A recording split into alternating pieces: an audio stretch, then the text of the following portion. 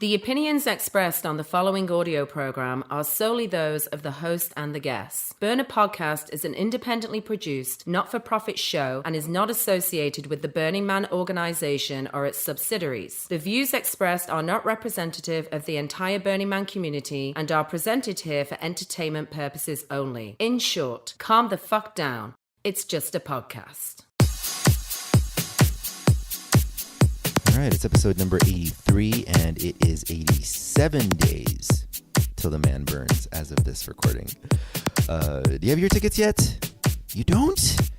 You know what? Fuck it, don't go. I'm not going to go either. It's just gotten like too commercial, and there's just way too many people there now. You know, it's nothing like the good old days. Burn is over. You should definitely get your tickets to Utopia, though. That's the San Diego regional burn that you hear us talk about way too goddamn much on this show. Those tickets are now on sale at SD Utopia. That's SD like San Diego, U-Y-O-U, Topia.com. Come find me, and I'm going to be doing shots probably at the Problem Children's Bar. Catch Alkaline producer Navjeet Sarnas pounding techno sets over at Perky Parts Camp. You know, hang with Halcyon at Pink Heart. A lot of cool shit goes on in San Diego. You know what, though? Never mind. Don't come to Utopia either. It's just all a bunch of fucking raver kids anyway. It's nothing like the good old days. The burn is over. Listen, I'm going to level with you guys. I seriously had my ass handed to me in the last couple of months.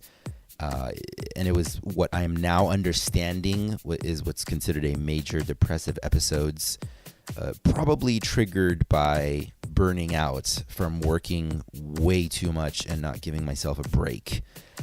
So I mean, you might have like heard it in my voice in the last couple of shows as I wasn't quite here.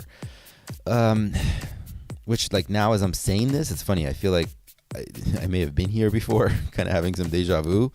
Hopefully I learned my lesson this time. Anyway, it was rough.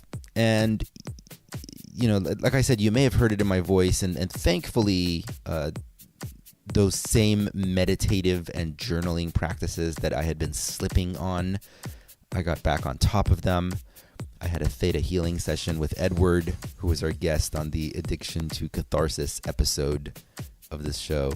And I came back to see these wonderful comments that you guys have been leaving on our iTunes and the other podcasting platforms like, you know, Stitcher and stuff, and the Facebook comments. I'm seeing like little by little more activities happening in the group.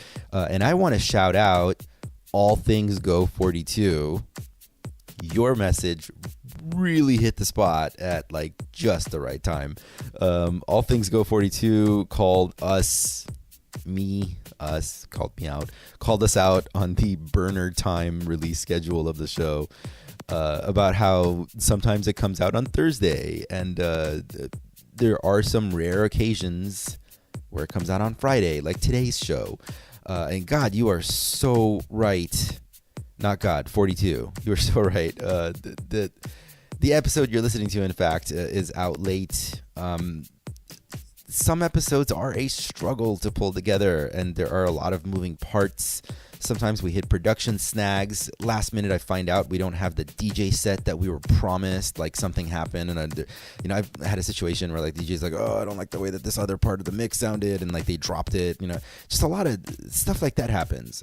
Or sometimes I record the intro. Like this is my biggest nightmare. I record the intro, and it turns out that some info that I'm just blabbering on about is actually completely incorrect.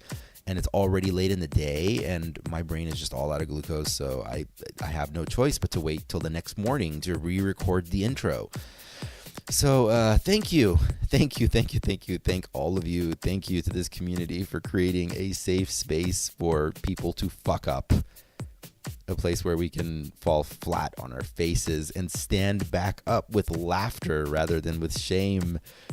Giving me shit about the episode not being out on time. All Things 42 might be the greatest encouragement, compliment I've never known, I've always wanted. So the conversation you're about to hear was so perfectly timed, even more so than All Things Go 42's comment. Everyone sees Burning Man through a different lens. I'm transitioning, by the way. I just realized as I was saying that it didn't quite sound like it, but I'm transitioning. Anyway, everyone sees Burning Man through a different lens. For some, the music is the primary driver of the experience. And for others, it's the art. It's all about the art experience, the art projects. They're in bed early. They wake up early to go see out stuff in Deep Playa. And yet for others, it's, the community. It's the people. All the rest of it doesn't fucking matter. And I mean, people will have dramatically different vibes that they'll pick up when they go to Burning Man or attend a burn. And for some burners, like, the costumes are like super instrumental to the culture. Like, for me, for example, radical self-expression is more of an intellectual exercise rather than a physical one. I'm usually totally out of the loop on what the theme of the party that I'm attending is.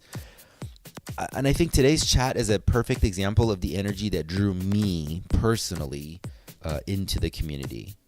It's a good snapshot of the lens that I see Burning Man through. And I hope you're not completely sick to death of my obsession with this whole quote-unquote Burning Man might be a religion topic. It just really fascinates me. I don't know what it is. It's super interesting as a non-religious person. And if you are sick of it, I promise you this episode really finally scratched that itch for me directly. Like when you're trying to reach that spot on your back and you're kind of almost getting it, but then like not quite. And then you finally get your elbow in just the right angle and just like dig right in there and go to town, and that itchy spot like that. That's what today's episode was for me on that topic. Today's guest is Professor Richard Cohen, who until I think like literally today actually served as the Associate Professor of South Asian Religious Literatures at the University of California, San Diego. So yeah, spoiler alert. I learned during this interview that his last day was today, the day that I'm recording this intro. What is he going to do after this? Well, that part you'll have to listen to. It's super interesting, and I'm excited about that too. I was brunching. You'll hear me mention this during the interview. I was brunching with my friend Jenny Legend, who gets producer credit on this episode, and she was telling me about Richard's class at UCSD, and like all of a sudden it clicked in my head that the stuff that he teaches is like comes up regularly as topics on this show. Professor Cohen has a PhD in Buddhist studies and has a ton of published work and has written multiple books on the subject. If you want to dig through that list that I just blabbered on about, you can visit his website. It's profcohen.net, profcohen.net. And you'll see his photo and you see the dreads and you'll be like, oh yeah, this guy's seen a playa sunset or two. I had this whole thing planned before he arrived. By the way, you're going to hear some meowing in the background because it's in my living room and it's fucking cats. I had this whole thing planned before he arrived. I wanted to do that cliche thing where the interviewer asks a couple of silly, benign questions, and then I wanted to follow up with just like, so what is reality? Just like dropping that bomb all of a sudden. My plans for how to ask questions never, ever, by the way, play out the way I imagine them in my head before the interview. So anyway, we immediately dive deep into Burning Man and religion and his first LSD trip. And Richard is pretty much the perfect burner podcast guest is my point.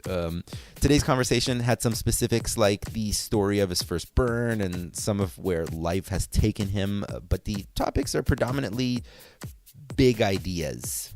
We explore what is reality. It just didn't play out as hilariously as I imagined in my head.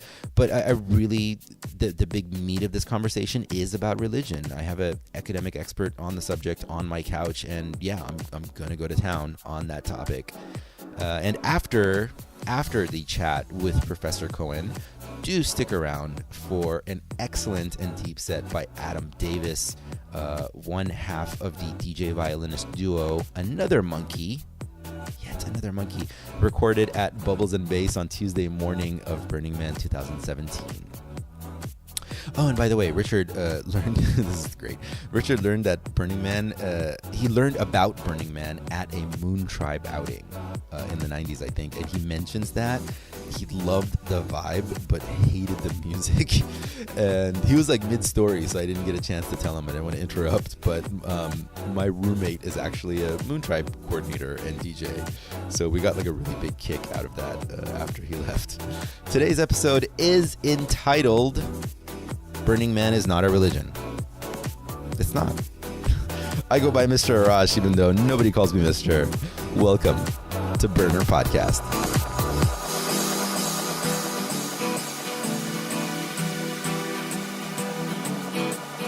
On the first part of the journey, I was looking at all the life.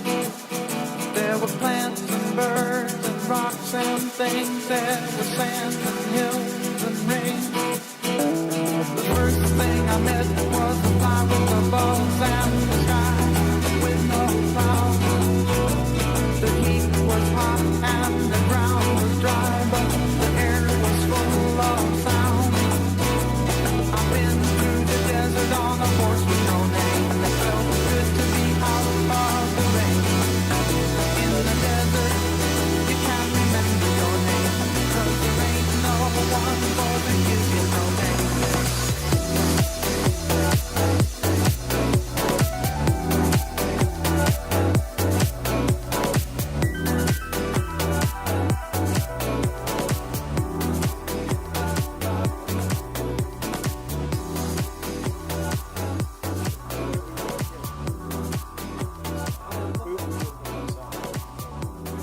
See, that's when it gets tricky, because then the sound starts to it starts to float all over the place. Yeah, indoors wouldn't be good at my place, but outdoors would be wonderful. Yeah. In a future incarnation of the show, I'm hoping to like get us mic'd where like we can like plug the mic to our collar, and then we can Well, record this is a anywhere. pretty substantial mic. Yeah. The phallic one. Well, see, this funny thing is, this is actually this is another great like photography example. Mm-hmm. This big one over here is the one that everybody like will comment on, and this smaller one here for sure is the better mic. Like this is the recording that I use. This is the backup just in case something happens to this one. Because this is the what's it called? Stereo mic. I don't know why it's better. I just know the sound is better. Okay. But it's pretty funny too. Like as a photographer, people often like ask like how can I get started, and I'm always telling them like, dude, just start with your phone. It's fine. Yeah. Like the pushing yourself to be able to capture a good image. It doesn't really matter what piece of equipment you have, but it's pretty funny how often people like fixate. Yeah. Fixate on the equipment. Yeah, of course. Because that way you have something to blame. Yeah. Which is kind of interesting. I'm going to segue into our conversation. It's like the way that people fixate on the structures and rules of like a religious practice as opposed to whatever like their own spiritual calling might be. Okay. That's the thing that I've been exploring a lot lately.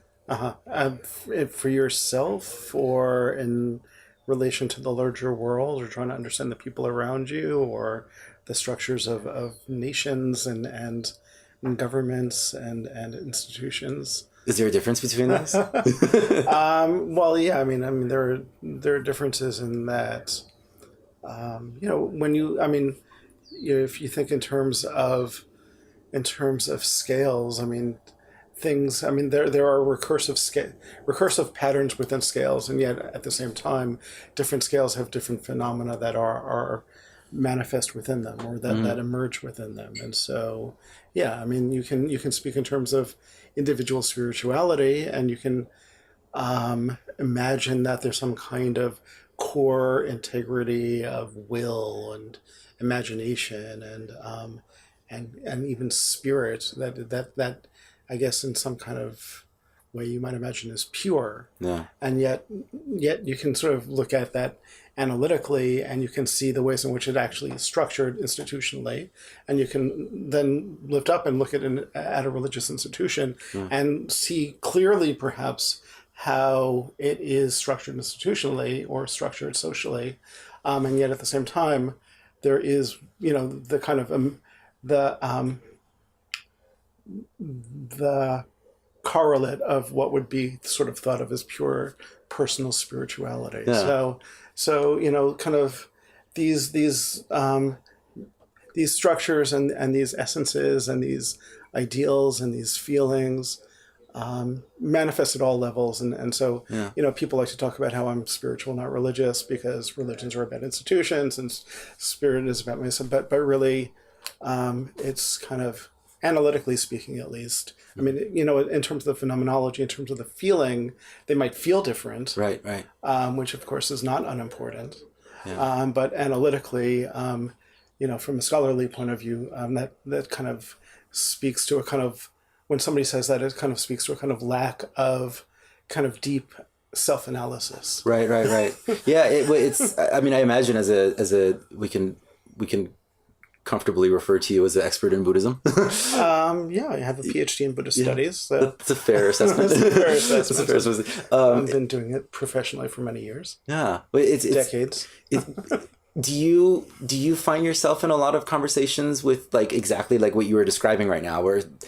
Because I feel like there's definitely a lot of us who grew up with Western religious practices, and many people found themselves drawn to something different, and that's where it seems like the interest and fascination with like Buddhism and Hinduism, all this like really climbed up. But what you're describing is that in essence, it's the same. Well, I'm not saying that it's the same. I'm saying that people that there are structures and forces that are the same, but they do sort of manifest in different ways at different scales. What sorts of forces would you be able to give an example? Sure. I mean, you just brought up the kind of way in which Buddhism might be attractive to somebody who is sort of grows up.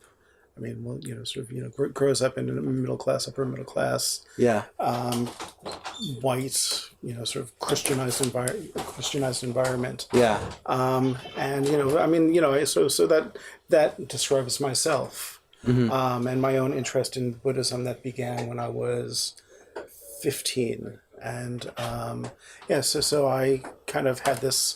I started tripping on LSD when I was, I guess, 15. 15, and the first kind of thing that I read while, sort of kind of actually on my first trip was Be Here Now, which is a book by Baba Ram Dass, who was a psychologist at Harvard, who was very kind of instrumental in kind of popularizing LSD on the one side and Hinduism on the other side. Right. So Be Here Now, it's a wonderful book. It's and I read that while I was tripping, and it kind of got me into kind of looking into Hinduism, Buddhism, Zen Buddhism. That your first LSD trip did? What was it? Your first LSD trip did? Yeah. So that was I guess I was. I'm not sure if I was 15 or 16, but it kind of opened me up in many ways, and so at that time, I come from a Jewish family, and at that time, my parents were like, "Well, why don't you explore Jewish mysticism?" Yeah. And I read a number of books, and probably if I were to read those books right now, I'd probably find them fascinating and intriguing. But somehow there was that cultural that need for something different. Yeah. A sense like a rebellion. A rebellion or the need to obviously as 15, 16 to differentiate myself from and yet at the same time as I'm suggesting, I found that within Buddhism, and I went off to India for the first time when I was 18, and I lived in a Buddhist monastery, and I ended up getting a PhD in Buddhist studies and teaching Buddhism for 20 years. But what I'm suggesting is that because there was that need then to kind of push, but I'm not sure if I was to kind of like have the same opening now, right? I would need to push in that way, and I wouldn't be able to find everything that was satisfying about Buddhism within the Jewish. Within the sort of scope of what's available within a Jewish absolutely tradition. Yeah, it's I want to come back to that, but I want to go back to your first LSD trip. You were 15. Where were you living at that time? Long Island, New York. Okay. Yeah. And Jewish family, siblings. What was your upbringing like? Yeah. Siblings, 2 brothers and a sister. What did your parents do? My father was a physician, and my mother was, as they were called, housewives. Okay. Well, they say it's the hardest job in the world. She was a good one. Yeah. And she made cookies, and she was home when we got home, and it was a very, I mean, not quite Leave It to Beaver, but about probably as close as you can come to that in terms of like, that kind of ideal home where everything is kind of all the gears are clicking the way they're supposed to from some kind of like middle American view. How were you introduced to LSD?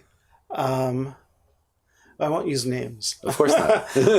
But my lab partner in science, I think he had an older brother, and so I mean so I think that's how he learned about it, and then he kind of sort of introduced me to that, and to be here now as well. So he was a good lab partner. I let him copy off my tests, so we had a good symbiotic relationship there. Yeah. He opened me up in ways, and I helped him along in ways. Yeah, but I mean, that's always like the thing that I'm curious about. It's the big question that I ask a lot of people that we meet in our communities. Do you remember having a sense prior to that experience of looking out onto the world and feeling like something was different, or that you're looking to click past it, or was it the experience that broke you open to whatever this next step was? Obviously, it's really long ago. Yeah. I started getting stoned, I think in junior high school. So it wasn't like that was my first drug experience by any means. But it's really hard to say whether or not I had a sense of a kind of stasis, kind of 15. There has to be some break, I hope, for everybody. And I don't know if it necessarily has to be drug inspired. So I don't know if I had a sense of stasis and being locked into a certain kind of box of expectation before I had the drug experience, well, the acid experience at least, or whether kind of using acid and starting to use acid kind of allowed me to get that larger perspective to actually then reflect back on how, I was doing quite well by the standards of what was asked of me, and in some ways, I kind of went in 2 directions. In some ways, actually, my grades started getting better once I stopped, because I stopped using marijuana once I started using LSD instead, and my grades went from when I started getting stoned, my grades went from A's to kind of like B's. Once I stopped getting stoned and went back to, I both started using tripping, I actually started getting straight A's again. So in that way it was good. On the other hand, I became more alienated, more from kind of the larger world that I was a part of. Alienated in what way? Alienated in the sense that it didn't make sense to me anymore. I couldn't play that game. Yeah. And I didn't really wasn't social enough to kind of create another game around me. Right. Yeah. I think a lot of us are very familiar with that. Did your experience is like this particular chapter of the journey you're on that that led you to exploring Buddhism more? Did you feel that your understanding of the subject matter was different than perhaps like your peers that you were studying with at that time? My understanding of Buddhism? Yeah, just exploring the concepts and the things that attracted you to it, the path that you went on that. I think actually not, because I think actually from talking with other people who go on to become professors, my kind of path, it's actually kind of common. So, I mean, you meet somebody, at least in I'm 55, you meet somebody in their kind of mid 50s, Right. up to 65, down to maybe 50, 45, who's, a professor of Hinduism or Buddhism. Chances are they were using acid and looking at Be Here Now. It's funny to say that. I think just literally yesterday I was having that thought. I was having this text exchange with a friend where I was saying like, man, when I was younger, I thought I was so unique and different and I felt so alone and alienated from the world. And then like the deeper I got into this community and exploring the circles that we run in now, the more I'm like, wow, I'm totally not unique. Yeah. And it's useful to meet people. I mean, it's useful, nice to meet people that are kind of soulmates, I mean, not romantic soulmates, but soulmates in that way. Even later in life, and to have your earlier alienation confirmed, that that there is a kind of, if you think of the large distribution of people, that we still find each other occasionally. It's occasional. So it used to be harder to find each other. I mean, before Tribe. Right. And that's one of the things too, is like with like Burning Man, for example, it's it's absolutely did not create the culture. All it did was sort of provide a platform for a lot of the weirdos to come together and have these weird conversations. Yeah, it has. It's been it's a really interesting phenomenon. Yeah. The reason that I really wanted to have you on is I was having brunch with our mutual friend Jenny Legend, and she had like, I don't know, 3 months ago forwarded me this paper that you had given to your students to read at your class that you teach at UCSD. I'm gonna go ahead and hand this over. Yeah, okay. I did. That is true. I confirm that I did assign this. Yes. I didn't know there would be a reading assignment, so that I would actually have to remember what it said. Oh yeah. Well, but I'll try. Sure. I'm sure I can fake it. Yeah. It was really fascinating. It was go ahead and read the title for listeners. Oh, it's an article in the magazine Science from 1967 by a man named Lynn White Jr., and the title is The Historical Roots of Our Ecologic Crisis. Yeah. So I as I was reading this, I found myself kind of floored at the direction that it went. It was really quite fascinating because, I mean, it and as a person with dyslexia, by the way, it was like difficult to follow, but definitely starting out with how like the humanity's views of nature and how we interact with nature have so deeply been impacted by Christianity, religion, by how culture evolved as a result, and the way that we are with nature now versus the way that our ancestors were.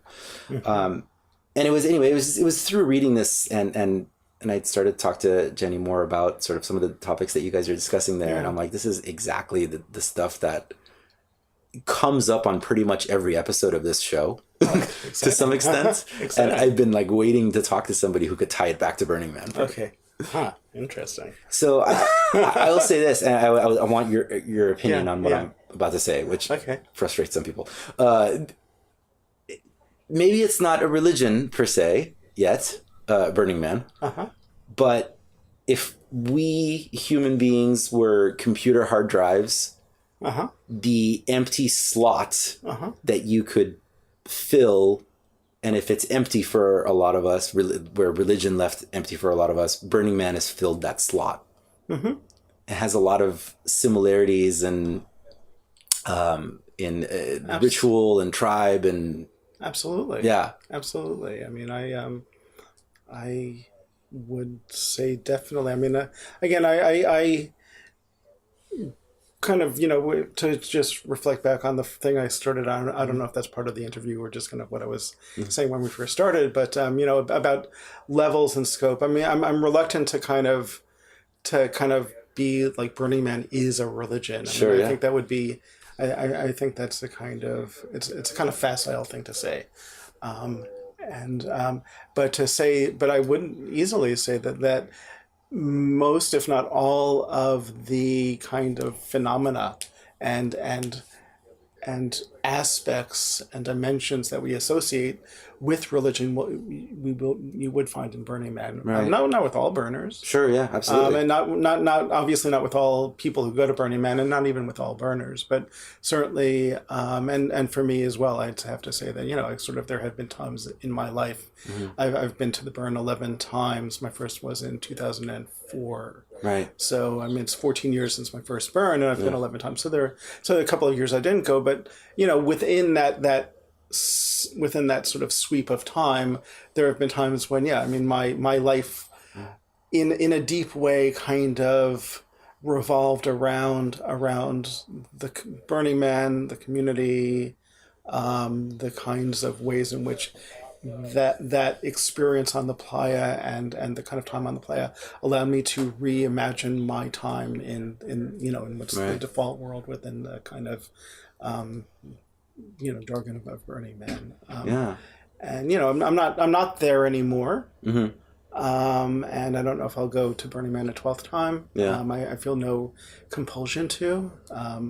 But if the right circumstances come up, I would. But again, to come back to religion, sure. Burning Man certainly functions as a religion for many people.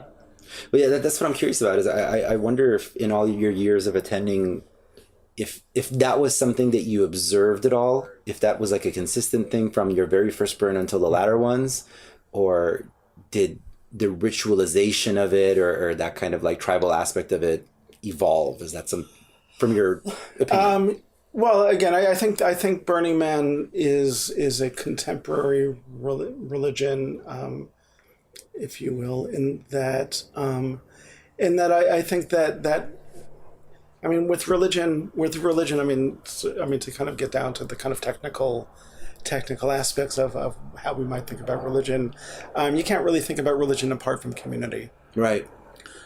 So within the Burning Man community, there are many different, there are many different reasons people go to Burning Man, obviously, many things people take out of Burning Man, but many different relations to the event itself, from the burner than thou, who has like, that thing, the TTID, whatever you can, somebody who knows what the initials that thing in the desert. Yeah, the thing in the desert. Whatever. Sort of has has it on there. So they have like the cool initials, so only the really in people know that what it's referring to, and then the newbie who's kind of gone and they've had their mind fucked with. So there's the whole range of people, and then for the people who are if we want to get to really kind of what we think of as religion in a deep way, as opposed to the really shallow, superficial way.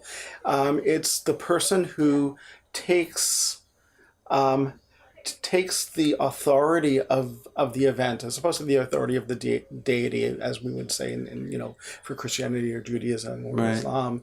The authority of the event, which is to say, the way the event has its own integral meaningfulness, and takes that and that might be articulated in some ways through the 10 principles, but not really fully even. It's more subtle and more kind of mercurial than that with Burning Man, but takes that and brings it into their life and makes a faith of it, in the sense not that they believe something, that they leave no trace, but that they live their life according to a certain kind of authority that they have taken upon themselves and are willing to give themselves to. Right. And that's where I would say you see religion, is when somebody takes an authority from beyond themselves. And again, it could be a god, it could be some kind of something that comes out of a drug experience, or it could be something.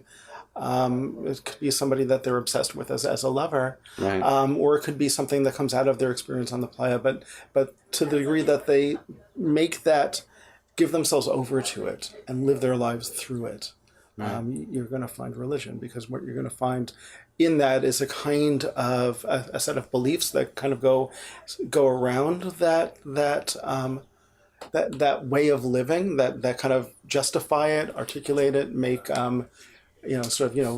resolve issues of cognitive dissonance. You're also going to find some kind of ritualization. Right. Almost invariably, you'll find some kind of ritualization.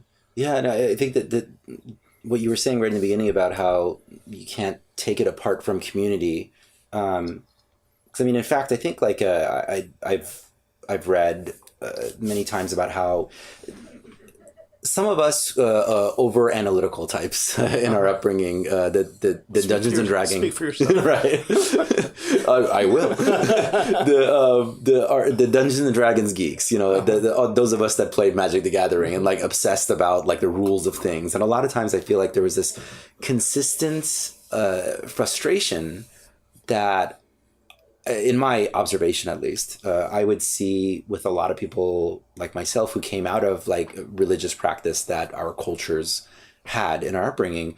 And a lot of it would be like looking at the rule sets and looking at the, it's like we're saying, well, we don't do this and we don't do this. So how come are we claiming to be this particular religion? Mm-hmm. Or how do you claim to be a good Christian if you're not following this thing and this thing? Exactly. And I think it was, for me at least, it was when I started to explore Burning Man that I understood how you have so many quote unquote bad Christians, people that we would look at that time and say you're a shitty Christian, and really it is the community aspect of it. It is the ritual of going to the same building every Sunday. My kids play softball with your kids. My brother got his home loan from your father-in-law, and there's this interconnectedness that. The feeling that brings, the connection that brings, definitely supersedes like an importance. And then within that group, of course, you have those that are really, really, down for Jesus. And then those that are just showing up on Sundays because that's like what the family does every Sunday. Mm-hmm. Yeah, absolutely. I mean, I was actually just speaking with my my partner's son about this relationship to Christians today. Anyway, I don't need to go there, but yeah, no. I mean, I think, and Burning Man certainly has that range of people. And, I think, but I think also that there's that phenomenon of the convert, right? Mm. The phenomenon of the person who leaves one religion, one way of life. And again, I mean, for me, again, I'm willing to speak about Burning Man as a religion because I and certainly think that the largest religion of our time is money. I mean, sort of. So I mean, there's no way to talk about, to look at our world, our general world, and of course that can, you can kind of go into the whole thing about it being a gift economy and kind of the competing religious aspects that way. But just look at, for our world, the ways in which, anything that you have to do to suspend your normal ways of being a decent human being in order to make money are generally acceptable. It's like, it's like my kid was crying and I left him alone because I had to go do this job. I had to be on the phone to make this deal, whatever it is. So we make this, we have a religion of money. And if we can have a religion of money, we certainly can have a religion of some guy on a 35-foot platform who gets burnt. I've never thought about it that way. So does a religion not need to have a deity? Well, no. Well, I mean, come back to Buddhism. Okay. I mean, depends what you mean by a deity. Okay. I mean, a religion has to, as I suggested before, and this is, I don't know if it's idiosyncratic, but it's, I am a professional, so don't try this at home. But a religion has to have an authority that is other. Mm-hmm. That's easily objectified in a deity, personified. So you kind of can talk about a god, because we have a kind of, and we can have a relationship with a god, and we can understand how a person or a person-like thing can be beyond our reach and yet have influence on us, like our parents, like, and so we can go to that whole kind of Freudian kind of thing. But it doesn't have to be personified in that way. so it can be a feeling, it can be it can be, again, as with money. I mean, just that kind of elusive, there's that elusive security that comes from, I guess, from having enough money so that everything is solved. Right. Which I think it would seem to me, from looking at our world, that the more one has, the more it's kind of like the horizon. Yeah. It's a fleeting hope to be secure in that way. Yeah. And the organism society is like repulsed when it's suggested that money shouldn't be like high up on your list of priorities. Right, which is one of the interesting things for Burning Man, of course, with the gift economy, and which is just lovely, and leads to all sorts of fascinating displays and ways of expression. But for Burning Man, that deity or that other is obviously it's not the man. Right. Yeah. Obviously is not the man. It is in some way. I mean, sometimes well, I mean, are they going to put Larry Harvey's face on the? Oh my gosh! That would be so funny. Maybe. No. Finally, some revenge against him. Doesn't it happen though that like it feels like when it's a few generations later, like it's when it becomes a photocopy of a photocopy of a photocopy, mm-hmm. that people start to like really deify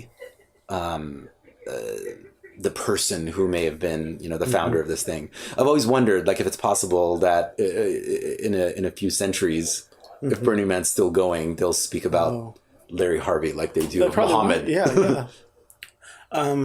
Probably not like they do about Muhammad, but maybe like they do about Abraham. Yeah, maybe. Yeah, that's right. He came back. He did have some information with him when he came back down. Yeah. But I think, I mean, the thing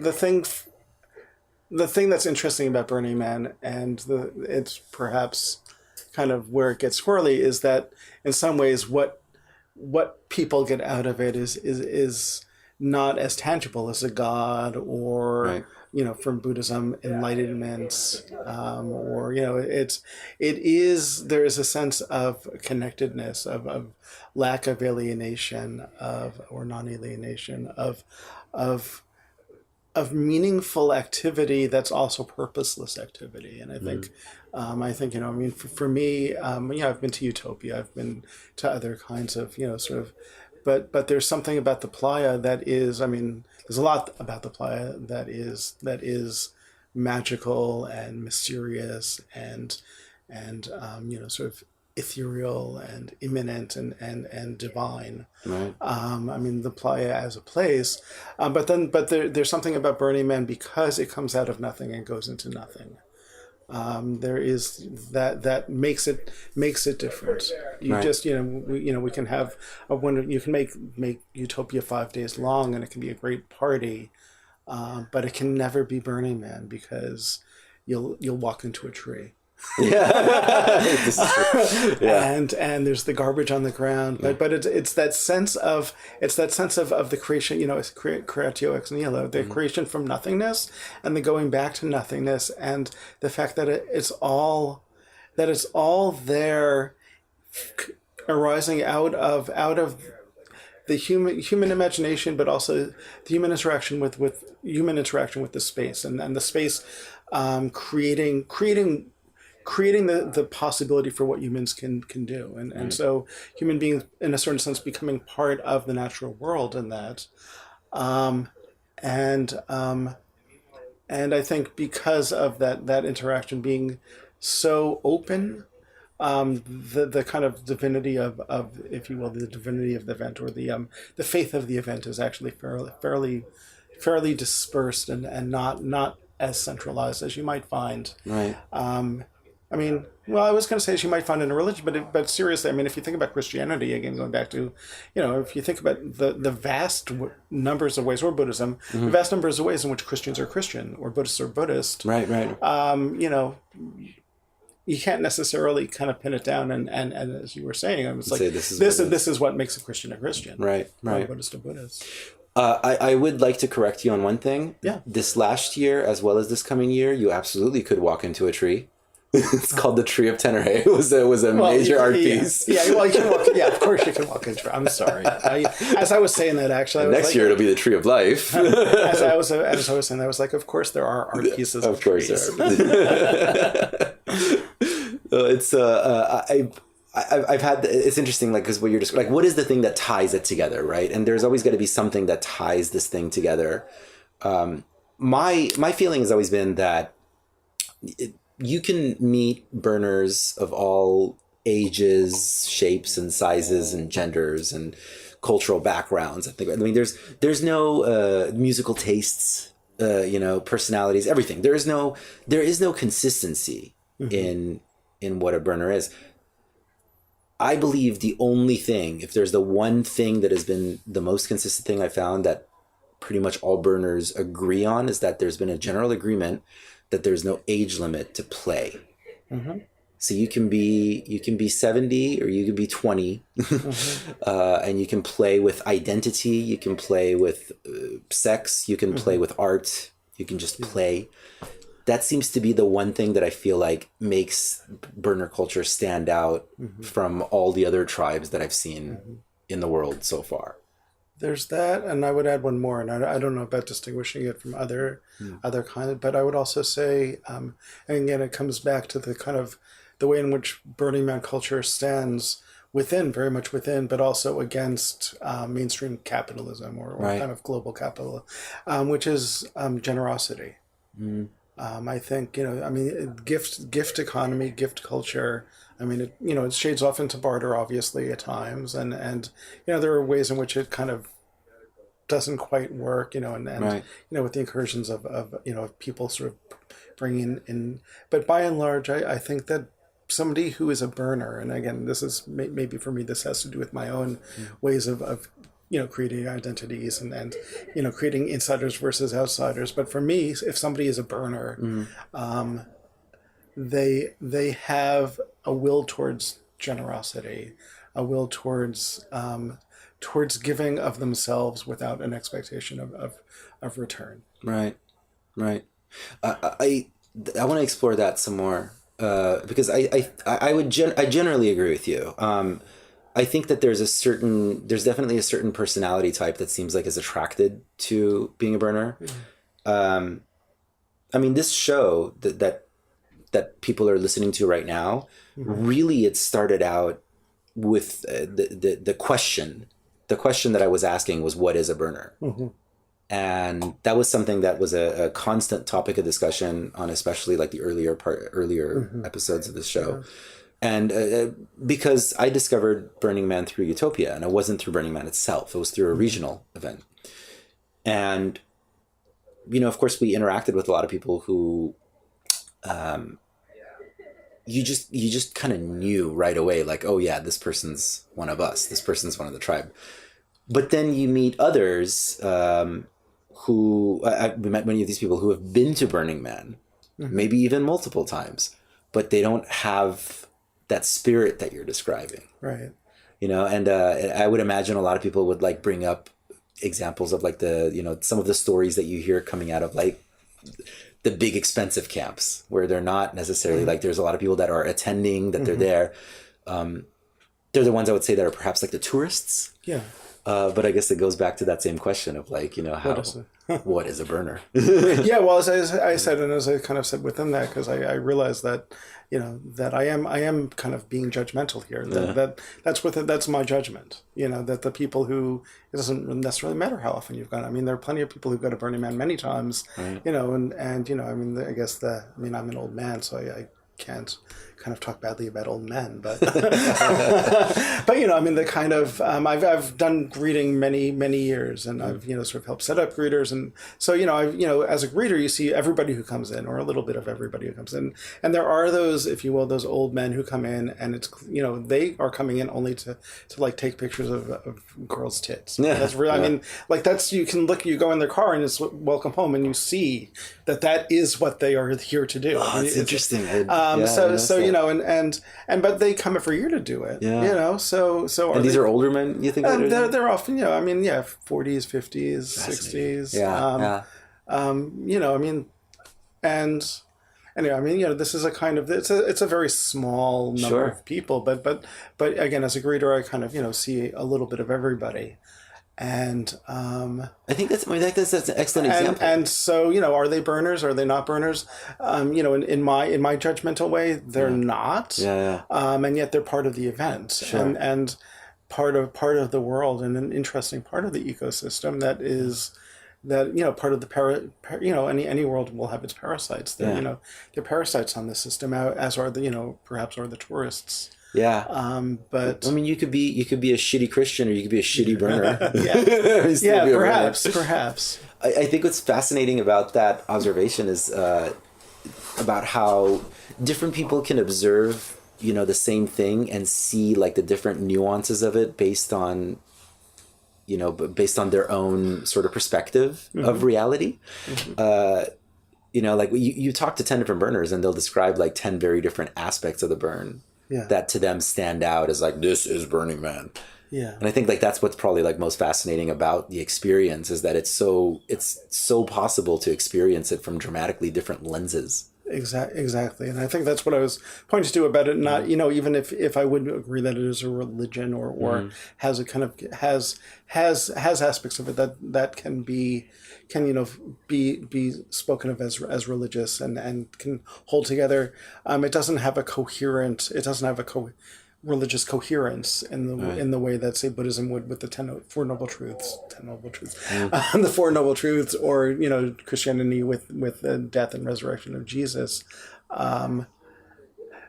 But at the same time, I mean, I think as you're saying, part of what brings us back, I mean, as I said, I've been there 11 years, is that it is able to fulfill that thing that, or at least allow for the renewal of that need within ourselves. And so, I mean, for me, ultimately, my Burning Man experience is very closely tied up with on the one hand, with my greeting, and on the other hand, with my being very involved with my camp, and it being about, the creation of the camp, the building of the camp, being with my friends in the camp, but also, and so it's that kind of social thing, that community thing, but it also is an opportunity to create this kind of alternate world within our camp, David Sean Lounge, to create this alternate world that expresses a utopian vision, that this 150 by 150 foot by 150 foot square, 150 by 100 foot square, I think was the last time. Sort of like we're creating for 7 days that world that we would want to live in some way all the time. I mean, I don't really want to live at Burning Man all the time. I don't want to go to Slab City. I've been to Slab City. It's a nice place to visit. Burning Man is a nicer place to visit. It's good to kind of move around. Whenever I come back from the burn, I mean, like, don't get me wrong, I look forward to Burning Man all year, but as soon as it's over, I can't wait to like put gel in my hair and put on like nice clothes and go to like a restaurant and like really sit down and like really enjoy the things that I completely take for granted the rest of the year. That's good. That's funny. What took you to your first burn? Interesting.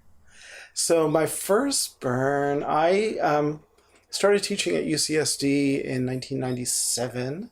And I guess in 1998 or 99, I had been I mean, do you want a long answer to this? I do. There's a long answer to this. So 1990, I had been a deadhead back again. So I was talking about high school, and along with all the rest, I discovered the Grateful Dead, and so I'd been a deadhead and had. As a deadhead, had found a certain kind of community and a certain kind of, this kind of larger kind of, like drum circles and people hugging and, just kind of, I mean, it's just hippie culture, burner culture, whatever it is, but an emotionally open and rich culture. I then went from there to grad school, sort of, and as I became professionalized, I mean, maybe, Buddhism, you might think it's all hippy dippy, but it's actually, it's grad school and you're studying Sanskrit language or Tibetan language and sort of, history and Chinese and this and that. And it's very technical and not at all about kind of being open-hearted. It's about being very kind of clear-minded. And so as I went down the professional track, those kinds of that kind of part of me I allowed to atrophy, and so I started my job at UCSD. I guess I didn't really allow it to atrophy. It just did atrophy. It kind of fell away. The death of Jerry Garcia, I'm sure, helped. And well, for that matter, just the fact that the Grateful Dead became so bad in the late '80s. But anyway, so I was started my job at UCSD, and I had some students who I guess thought I was cool, and they invited me out to raves out in the desert. I think they were Moon Tribe. Oh yeah. So they took they invited me out to these Moon Tribe raves, and it was this was in the late '90s, and I wasn't getting stoned with I don't get stoned, so I wasn't getting stoned with my students, but it was kind of just like this kind of world that kind of brought me back. I hated the music. I mean, because again, I don't use drugs, so I wasn't using. I mean, I wasn't taking ecstasy, and so the kind of patterning of the music really didn't speak to me. And I was in my early late. I guess no, I was in my mid 30s, and it was like, okay, so this is the music the kids listen to because their parents hate it. But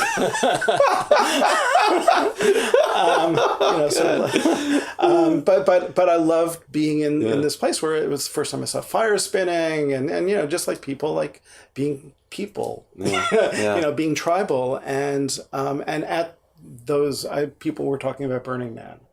So I had no idea where it was or what it was. I had never heard of it before at all, before the late '90s, but it kind of stuck in my head that I wanted to go, and eventually, in 2004, figured out that it was not just out kind of in the Mojave Desert, but actually out. I kind of thought it was in Mojave, but figured out it was a little further. That it was this thing, and my wife. And I decided to venture out to it. We just kind of had the time and we had the ability to do so, and we were woefully unprepared. And it was a horrible year in terms of the wind. We didn't know any burners, so we didn't know anybody involved in the community, except for actually we did know Gaia and Kingsley. We knew them from other things. I don't know whether or not at that time. I don't think we had discussed Burning Man with them, so we knew them from things to do with UCSD. Right. But not really as burners or in a Burning Man kind of way. And anyway, so we went out there. We were our shade structure blew down the first day. Of course it did. It was. I mean, in some ways, it was awful. And my ex-wife, who probably won't be listening to this, I mean, she's been to Burning Man 5 times. She hated it for many reasons, but she has been for 5 times because there also was a lot that she loved about it. But she hated the first experience quite a bit because we didn't have decent shelter, and no community. Right. Yeah, you didn't. I mean, it wasn't as easy to look things up back then, and do the research and download the packing list as a. You got hazed a little harder. We got hazed it was a hard year. It was a cold year. And it was sort of very cold nights, and as I said, just. We had a small 2-person tent and a shade structure that that blew down, kind of like one of those $30 things from the 99-cent store. Yeah. Well, it seemed like it would be good at the time. I mean, if you paid $30 at 99-cent store, I'd say that was your first mistake, sir. Yeah. I guess odd lots. Do you remember if there was a moment that made you say, I'm coming back? Yeah, I do actually. And actually it ended up being, I've only done one kind of, I guess, installation piece on the playa, and it kind of became kind of the inspiration for my installation piece on the playa.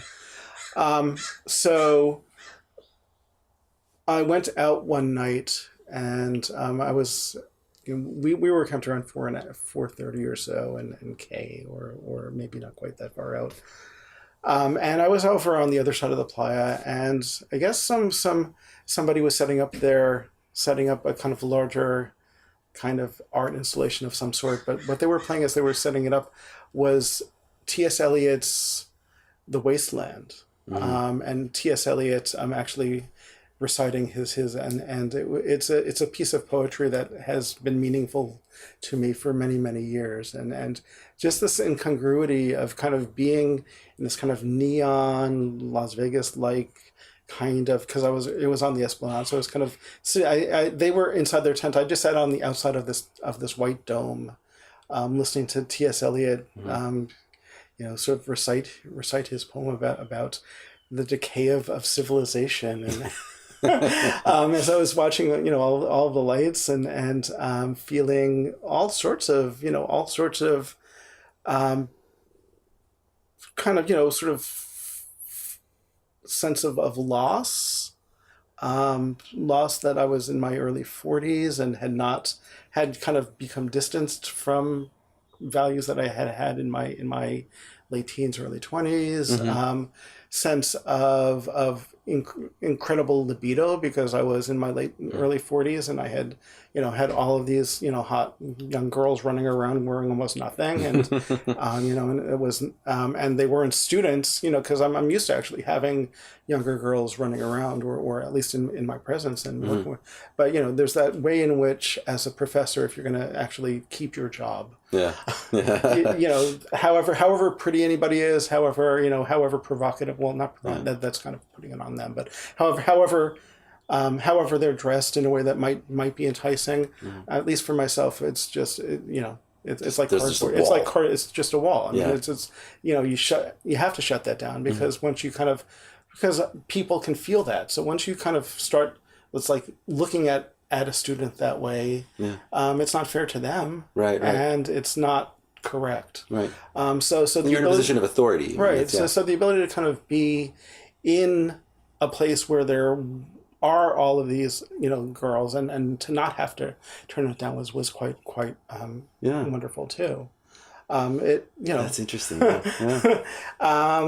But it was just to constantly feel this sense of like responsibility at all times, and this was the first time, because everybody has that experience on some level, right? In their first burn, a lot of times there's like some sense of dropping the walls of responsibility that you've been feeling constantly in default world. Yeah, and that happened to be yours. Yeah. And but it was connected also with the intellectual aspect of the poetry, and the incongruity, and again just kind of that balance between desire and loss, and is for me, it's kind of a very wonderful place to kind of be in the middle of. I have no desire to just kind of be in it. That, I mean, I like being open-hearted, but I have no desire to be in a place where kind of everything is fulfilled, or everything is kind of given in a kind of potlatch kind of way. There's a kind of for me that would be a loss. Yeah, a loss of depth. If it's too easy. Well, it's not if it's too easy. If it's not balanced. If it's not balanced. If it kind of if there is a kind of the yang without the yin, or the yin with the without the yang, the kind of generosity without the kind of privation that comes from being generous. Yeah, the sweet is never sweet without the sour. Yeah. Yeah. And is that moment, that experience was what made you say, like, yeah, this is it? Well, that made me say I want to come back. Right. It didn't make me say I was a burner, and it didn't make me say it was it, but it did make me say there was something here that was worth coming back to explore. It was my second burn that where I actually kind of figured out what it was to be a burner. Yeah. In what way?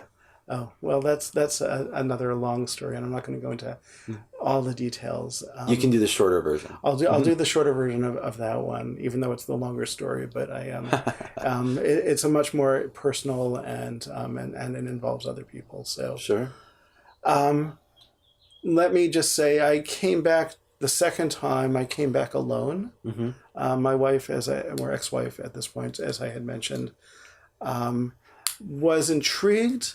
But also found a lot about Burning Man, which I agree with, which, essentially she was expecting it to be a countercultural kind of paradise where kind of the woes of patriarchy and of capitalism and all of the kind of bad aspects of or negative aspects of our society were kind of like left aside, and it was and what she found in fact was that all of those aspects of our society were not left aside, but actually amplified and given full reign. So however sexist, the world is in San Diego in general, at Burning Man, it's that much more sexist. Absolutely. However ageist it is here, it's that much more ageist. I mean, again, it's more pocketed, but she was really disappointed by that, and also, there were ways in which that really sat poorly with her. So she didn't want to go back because she was like, I don't feel good in this place where all these people are kind of seeing themselves as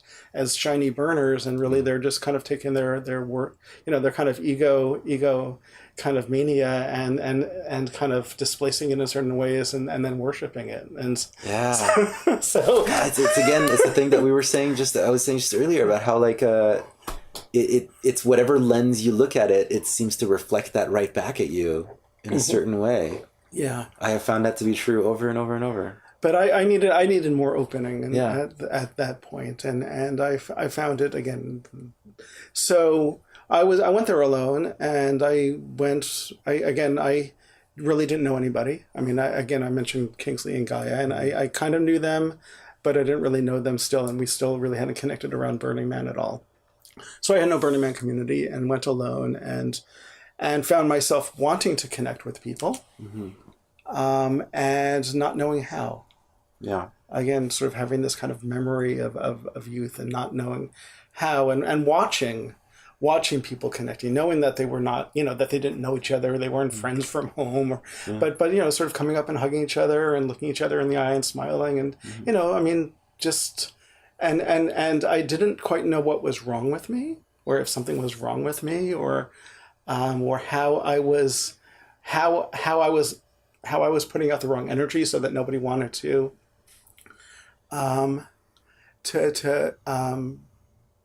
make those moves towards me, and I was afraid to make those moves to other people. And I won't go into the ways in which that was overcome, but I'll just say that by the end of my time there, I had gone very low and had been given a gift that allowed me, and it's not a drug gift, right? But had been given a gift of spirit, right. That had really opened me up in ways that quite literally and fully changed the direction of my life, and so we wouldn't be talking here if it wasn't for that second burn. And I remember, again, I don't want to go into a lot of details, but I remember driving away after that second burn, kind of sitting in Exodus line, and thinking, I'm a burner, and actually thinking those words to myself, and feeling like, I've never been able to call myself a Christian, well, I'm not a Christian, but a Jew or even a Buddhist. I was never really a good Buddhist, but I'm a burner, and I was really happy to take on that identity, and to kind of feel that about myself, and that lesson, for a good number of years, actually, that kind of way of kind of using that identity. No, I actually had an extremely similar experience. My first burn, there's a lot of staring at people, trying to understand what is it that everybody here is able to connect on whatever that level is, and I can't figure out how to.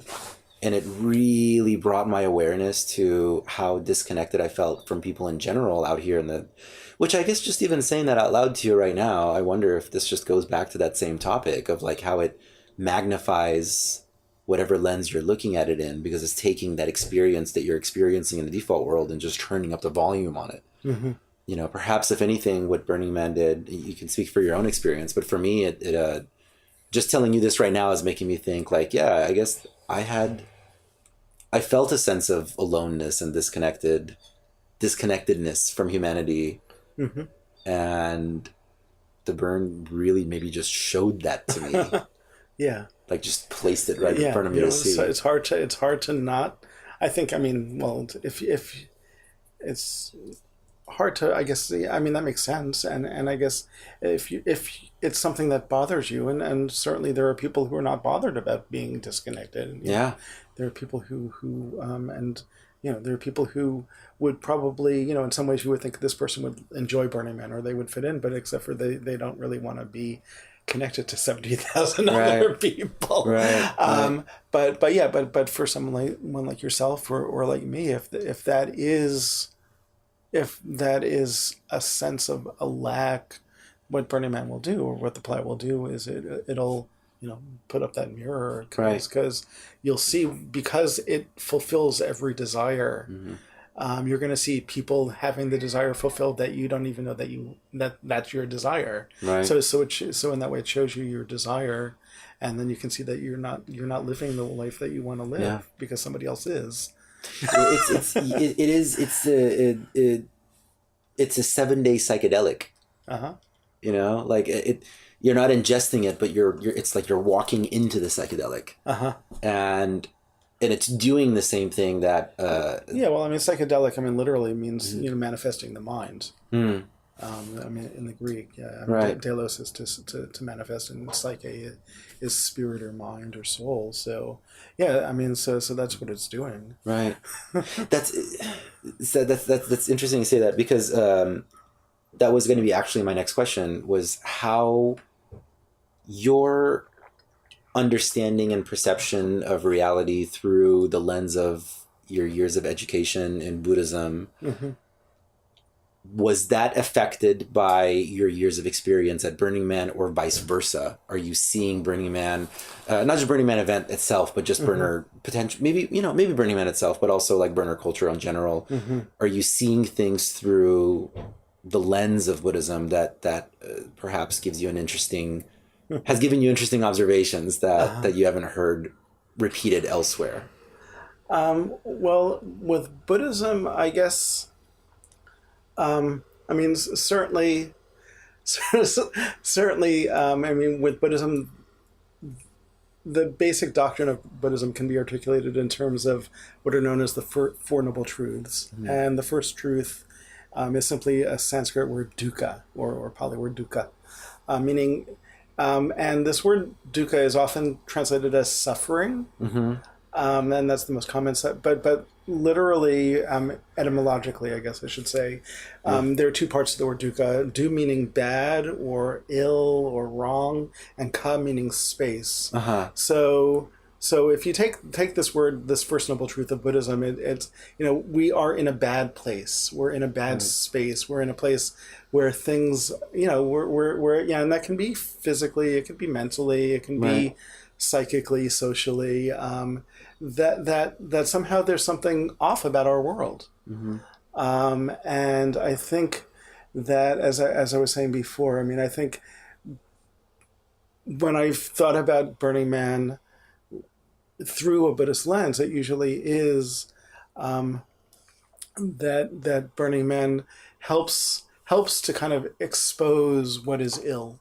And it doesn't necessarily, it offers a space, again, it offers a space within which one might be able to kind of pursue a solution to those ills, but it's not really sustainable. It's not really sustainable as a place of solution, right? Because it doesn't have that kind of, I mean, I mean, really within Buddhism, for some kind of solution to dukkha, you need some kind of discipline. And Burning Man, I mean, it has rituals, it has doctrines, it has faith, it has community, it has sacrality, it has transgression, it has all these different things that one finds within a religion, but it doesn't necessarily have a very strong discipline. Right. Well, I think that they themselves, the founders would argue themselves, it's not meant to be like this all year. Like, yeah. I think sort of the whole strength of it is that it is temporary. That's the whole point. Yeah. You dive in there, you shake it up a little bit, and then you come back out with inspiration. Exactly. And then they had, but and it was, I think they got rid of it. I'm so glad they did. That when they first started their LLC, and the nonprofit, they had, and I remember this being on the tent that they had for this, Burning Man everywhere.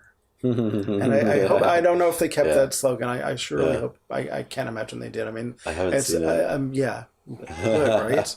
I mean, Burning Man everywhere. I mean, talking about like megalomaniacal. I mean, sort of filtering things out from the Borg and from the central to kind of regional groups makes sense. Burning Man everywhere is like like universal Christianity and universalization of Burning Man is nothing that I would seek. Right. No, I couldn't agree more. That's actually, I think that is actually the magic of watching the community, various parts of the world really taking the seeds of their experiences with this culture and kind of like it's blossoming in very different directions. I mean, I would imagine, I have not spoken to, I haven't spoken to people at the office about specifically this topic, but I would imagine it just also seems like such a giant pain in the ass to have to police that. To be police what? To be that consistent Burning Man everywhere. I mean, to have that kind of like beyond message. Yeah, you'd have to be like you'd have to be on top of the branding all over. I mean, they already are to some extent, but there's still more freedom. Bit, actually, when I flew out of the Reno airport, there was, I mean, maybe they're taking a cut, but when I flew out of the Reno airport, there was there was some significant copyright infringement going on. Really? In the gift shops and in the Reno airport. And so either it wasn't exactly, but it was close enough. Oh, interesting. And so I wasn't sure whether or not the Borg was kind of sort of taking its cut and letting that happen, which seems to me kind of wrong. Yeah, they stay on top of the Burning Man brand because I thought they were. Yeah, I thought they did, and this was very close to home. The brand kind of being commercialized. That is interesting. Yeah. I wonder if then there's also political agreements that go into it too. I mean, you got to stay on good terms with Reno. yeah, exactly. Yeah.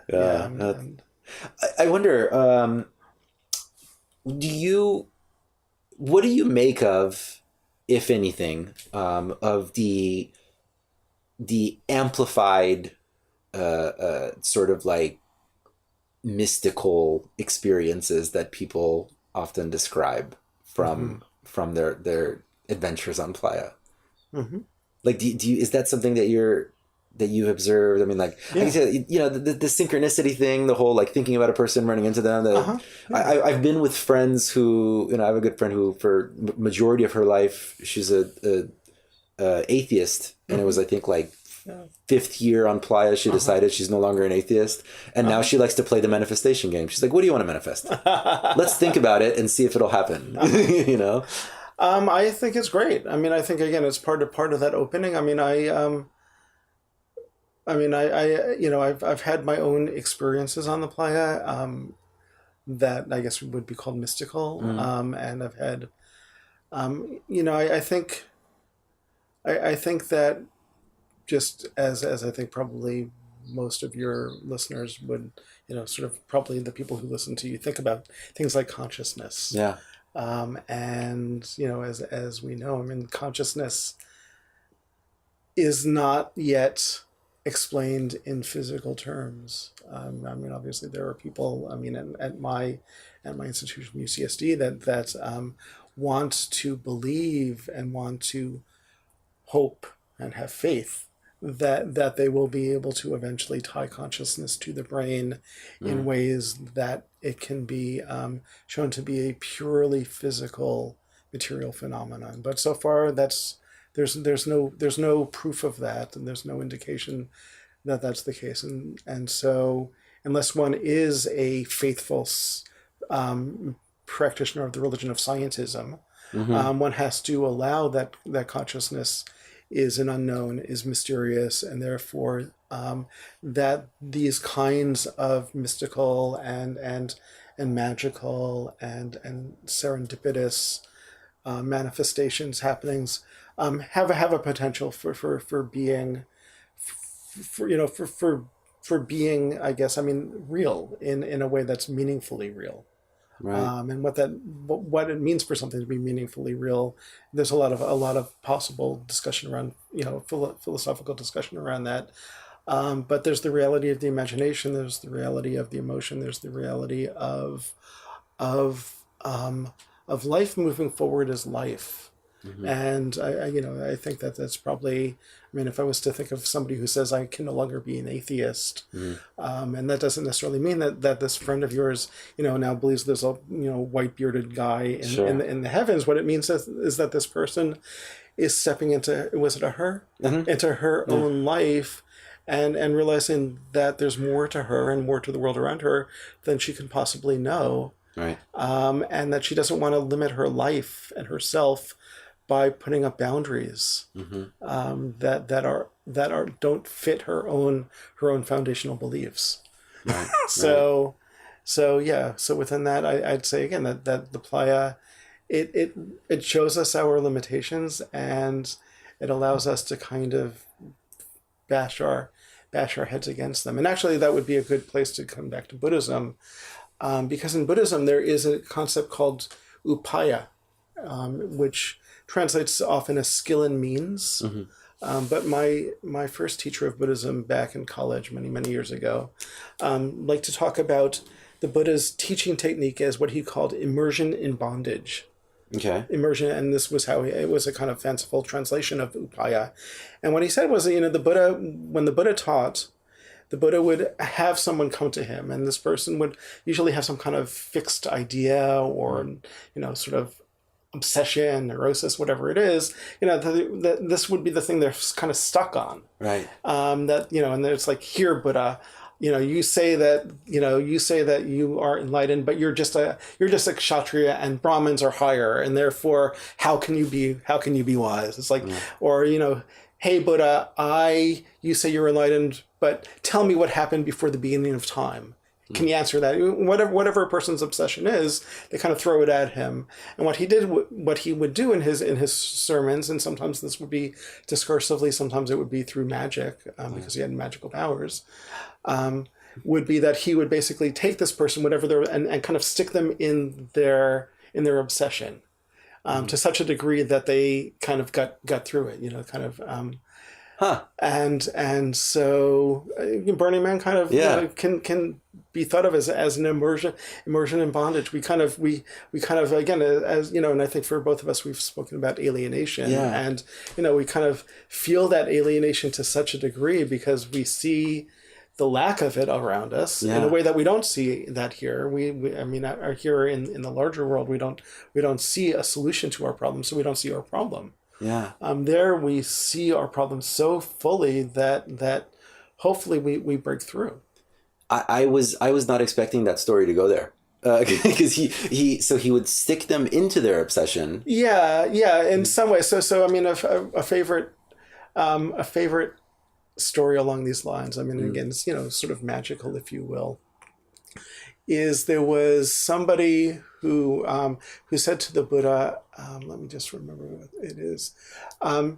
Buddha, tell me, Brahma is known to be the creator of the world. So what comes before, where does Brahma come from? Who was here before the great god Brahma? And Buddha said, well, I don't teach that sort of shit. I'm telling you how to that there's suffering, or that the world is imperfect, and how to find your way out of this kind of place of suffering.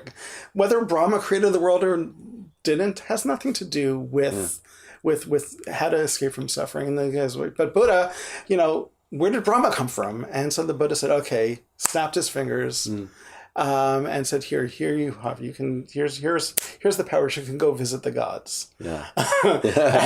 and so the guy flies up to the for Buddhism, there are many different layers of gods. And so he goes up to the first layer of gods and says, oh, great Indra, can you tell me, just keep it short, oh, great Indra, can you tell me, because you're a god, you must know, what was here before Brahma? And Indra's like, I don't know that. Why don't you go speak to another god? And so he did.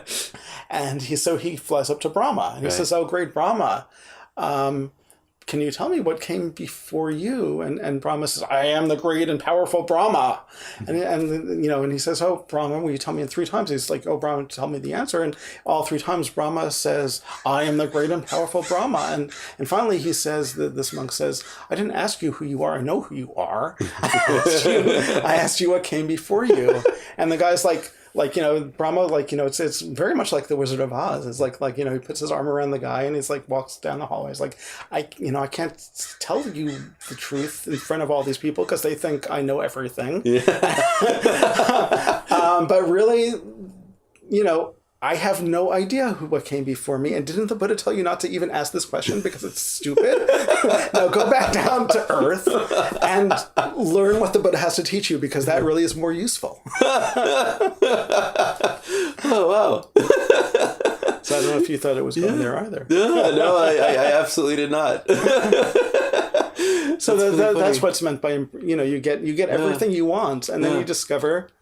you get everything you want, then you discover that there's not really much to it. Right. I think some of us have had some perhaps some DMT trips that have taught us that lesson right there. It's like, yeah, well, here's a whole bunch of great information from the beyond. What the hell am I going to do with that?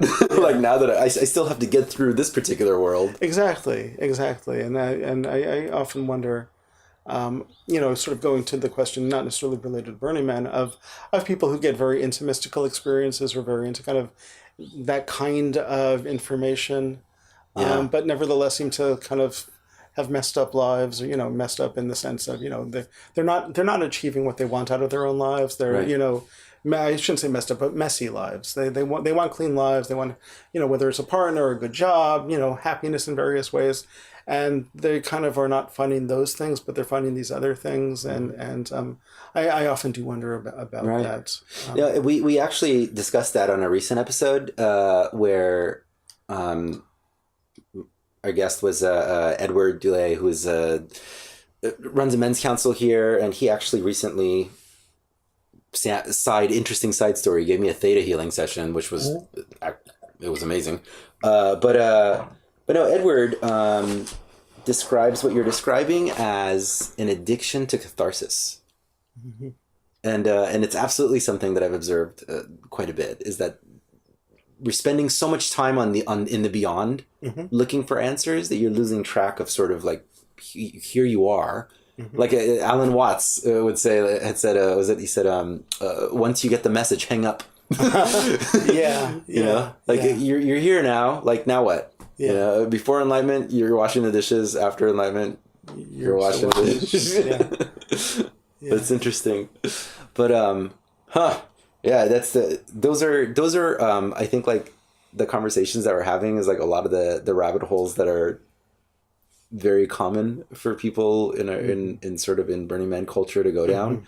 And I've generally discovered over and over like that these kind of topics seem to be the thing that very rarely are. It's hard to find people who are not interested in this in the burner community. It's not to say they don't exist. Yeah.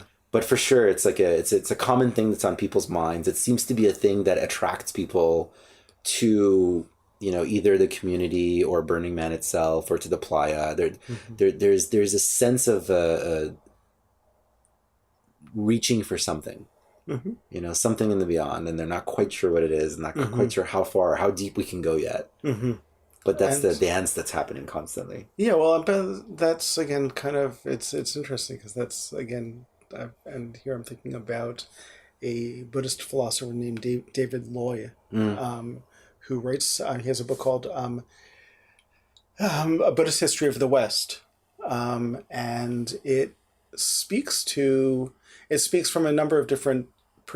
From a Buddhist perspective, about a number of different kind of obsessions within the West, of progress, of wealth, of fame, of romantic love, and of kind of religious transformation, and it looks at these and essentially, all of them are, from a Buddhist point of view, all of them are a way of a human being not being present with themselves. And you cannot be, not being present with the reality of the moment, the reality of the beauty, the horror, the squalor, the kind of elation of what is here with us as we're talking or as we're driving, and the hope that and the hope that by getting that next thing again, whether it's the more money, the better job, the kind of other girlfriend,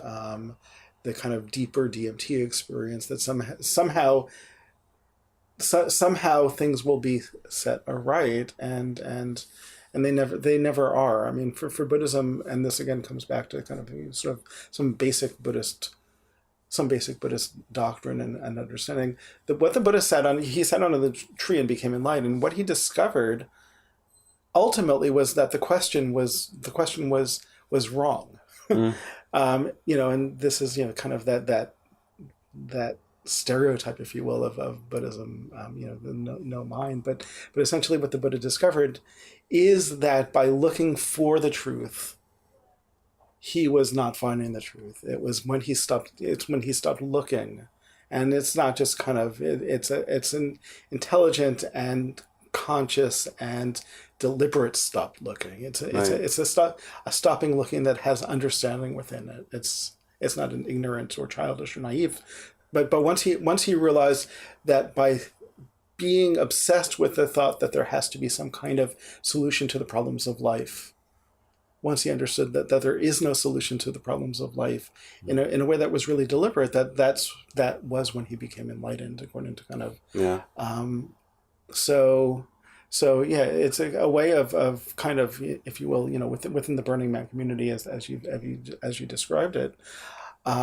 Yes, it's important to understand consciousness. Yes, it's important to kind of free ourselves at this time from the kinds of normative shackles that are put on us, through the lionization of technology and of science and of rationalism and the ways in which the kind of forces of industry and the forces of education want to regiment us. It's important to kind of break that down in all sorts of ways. Right.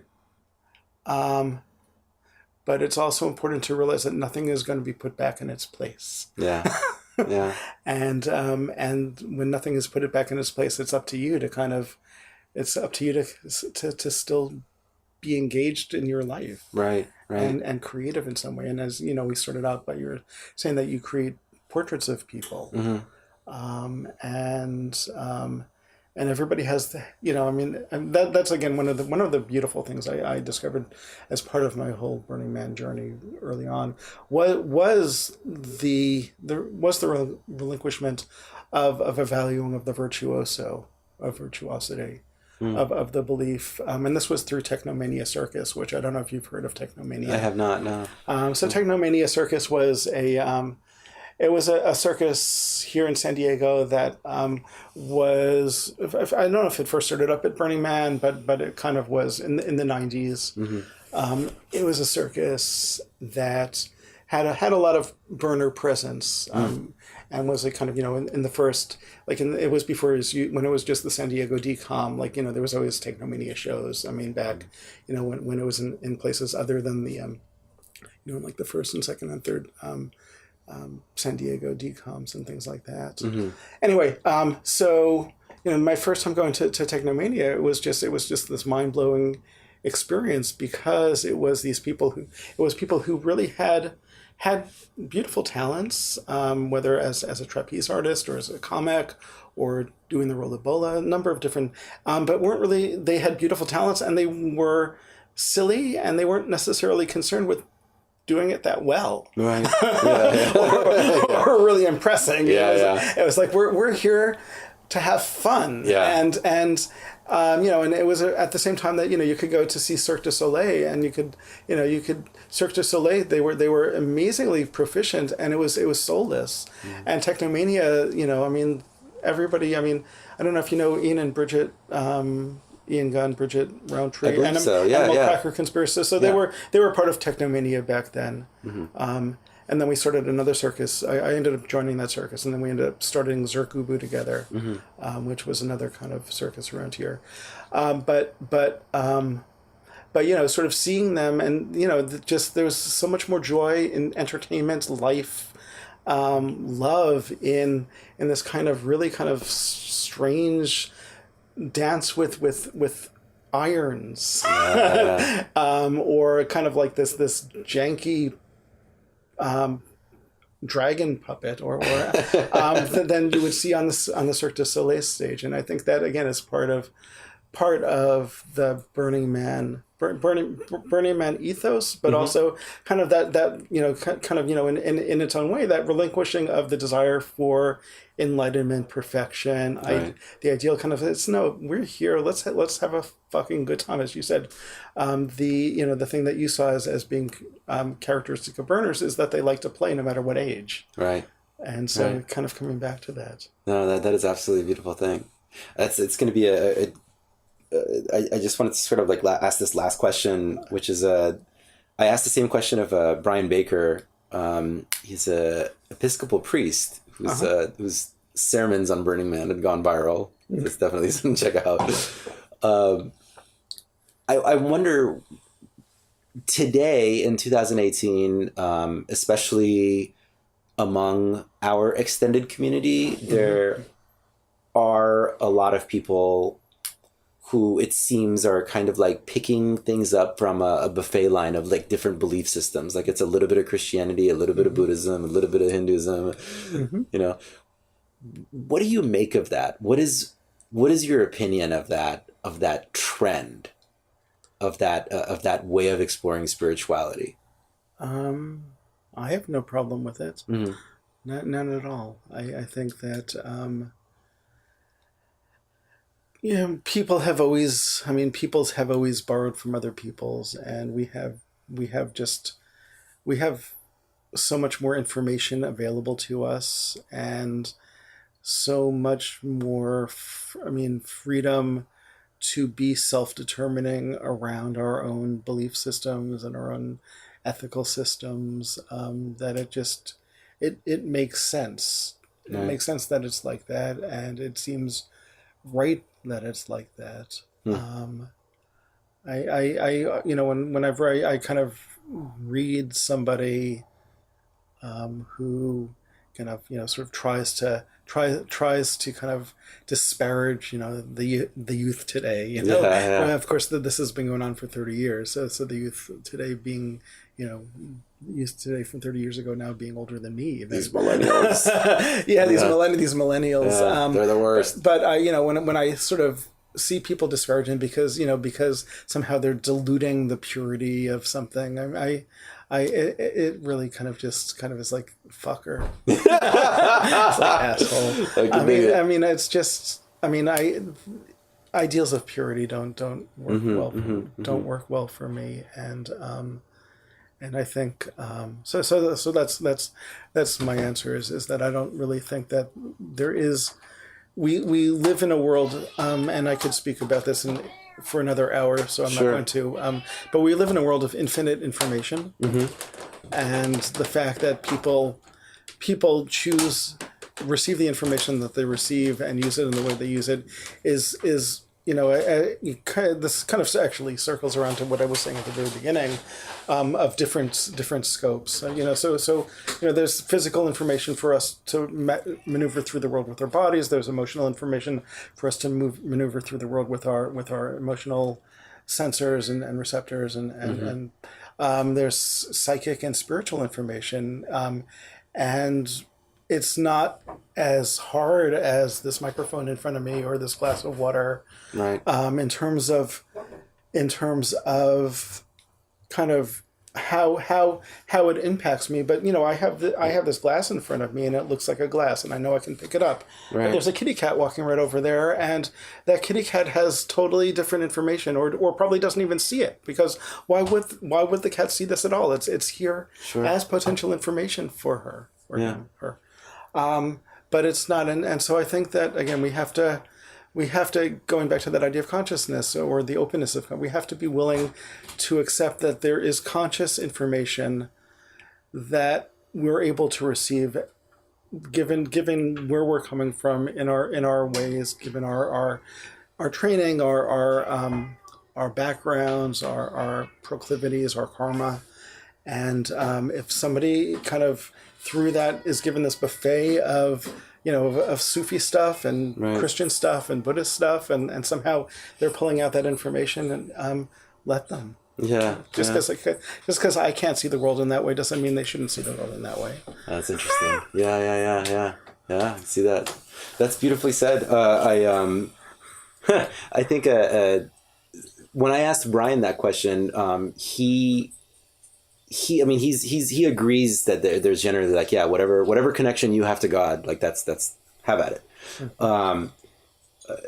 His feeling was that there is strength in choosing some sort of a tradition, some sort of a discipline. It's the same thing that you were describing earlier, and sticking to that path so that you can push yourself to see parts of yourself that you might run away from otherwise. Like if it's really easy to just switch lanes whenever you feel like it, then you're not kind of like pushing yourself into that discipline, that place where you can really, analyze and go deep inward, which is kind of interesting. I can see the reasons for saying that, and I can also see the reasons for.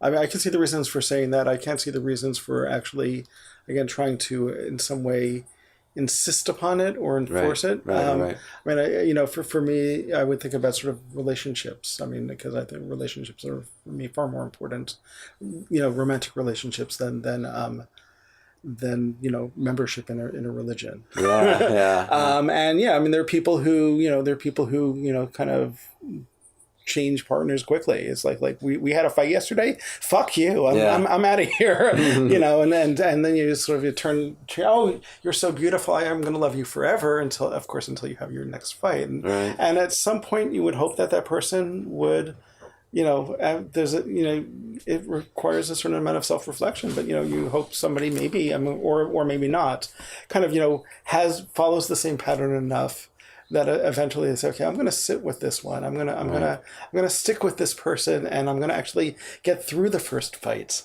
and see how, and then learns actually, if you have some disagreements, and you stick through it, you actually have something deeper with each other.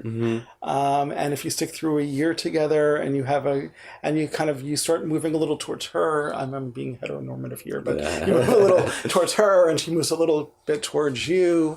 That in fact, even though you seem to be really different people in certain ways, all of a sudden you're creating this kind of third entity, which is the two of you together, which is surprising and wonderful and rich. But I wouldn't sort of say to somebody, it's really bad for you to only go out with people for a day or a week. It's kind of like you have to let somebody kind of figure that out for themselves. And so I would agree with your Episcopalian burner in that there's a lot to be said for discipline, and yet you can't make somebody like study that. You can't make someone be disciplined. They have to want to take the discipline upon themselves when they've had enough pain, enough change, enough disappointment, enough confusion, that they're like, how can I deal with this world in a better way for myself? Yeah, we're not going to slut shame people. Okay. Yeah, that's it. Are you, Richard? Are you working on any projects or anything right now? Books? Well, I am actually happy to say that tomorrow is my very last day teaching at UCSD. I am retiring. Oh, wow. I'm retiring. it's 20 years. I'm 55. Tomorrow Tomorrow is my last day at UCSD. and you're here sitting with me. And well, It's kind of an important day. well, it's a good day. That's cool. And yeah, I mean, as I said, 2005 when I had that, my life went in very different ways, and this is kind of like in some ways actually that's the kind of last major kind of marker from what happened on the playa during that year. And I am living with my partner out in La Mesa right now, but we're going to be looking to buy some land either in Grass Mountain area or southern Oregon or up in Washington State. And we're going to start something called the Center for Regenerative Wisdom together. That's kind of, and so I'm not sure exactly how that's going to, sort of what that's going to look like at this point. I mean, I have like 3 books that I'm kind of working on. Right. Some classes, workshops, other sort of large-scale art projects that are connected. It's all very, very, very much land-based. I think, for me, kind of going to my own beliefs, my own beliefs are that the land, and by the land, it is the land, the place that we're in, the earth is the best teacher if we know how to look at it, if we know how to learn from it. Right. And I think the playa is an amazing. I think everybody who is a burner, and I'll put burner in quotes. Yeah. I think everybody who's a burner should go to the playa sometime other than during Burning Man and other than 4th of July playa. Right. I think everybody should go there. Either in the winter when it's covered with water, but even better in like late June or mid-July when you can kind of go out there and actually spend some time with that land. So anyway, so I want to get land, and I want to do work there that helps to kind of bring people to wild nature in ways that help them to receive it in ways that they haven't really allowed themselves to, because we live here in the middle of freeways, right, and policemen. How big is this land that you're hoping with? I would like. Ideally, I would like to have 50 acres or more. Wow. Okay. It depends on, it depends on location and cost and right. And there's family things, and so there are a lot of logistics. But ideally, I'd like to have at least 50 acres just to be able to build out some stuff. Even better would be to be backing up on BLM land, right, or national forest, and so I can kind of take advantage of the thousands of acres and hopefully not get arrested. Yeah. Doing the things that I might do that I'm not supposed to. Well, no, I can't wait for you to get this land. I'm looking forward to it, and I'd love to. Again, that would be part of the Burning Man culture, I guess. For sure. That sounds awesome. Thank you so much, Richard, for coming on. Thank you. It was a pleasure. It was wonderful meeting you, and it was wonderful talking about Burning Man in these kinds of odd and beautiful ways. Yeah, absolutely. It's been a pleasure, and I can't wait for you to make this land happen, because I'm looking forward to hanging out there. Excellent. We need more of this. You are invited, yes, and everybody is invited. Yeah, that's beautiful. Yeah. Thank you, Richard. Thank you. Happy retirement.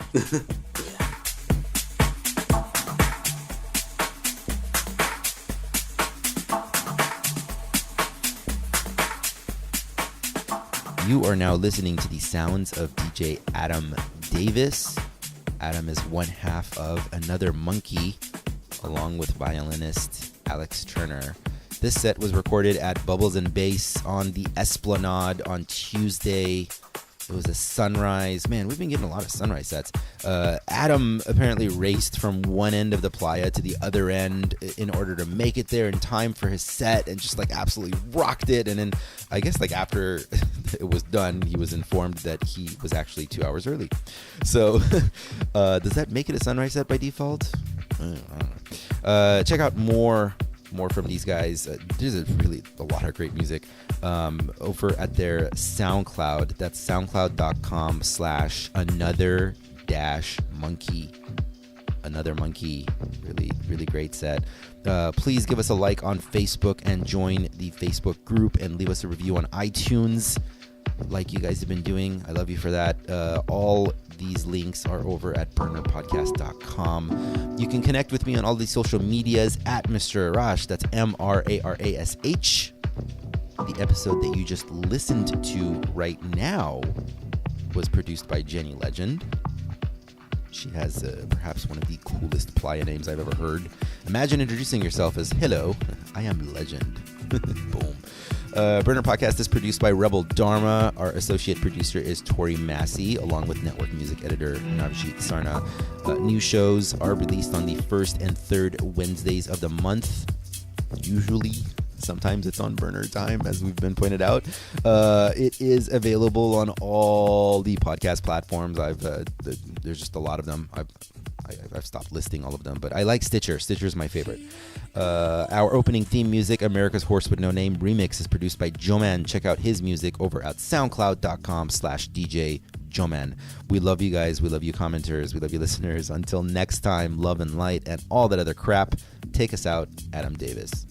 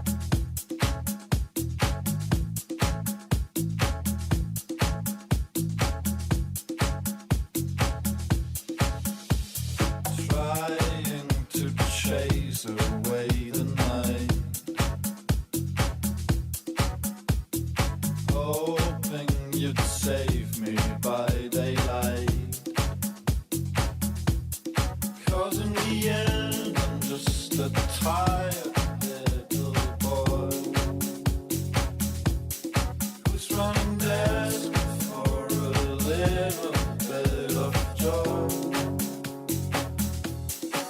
Now just hold me fast and kind before I lose control, before I lose my mind. Just hold me fast and kind before I lose control, before I lose my mind.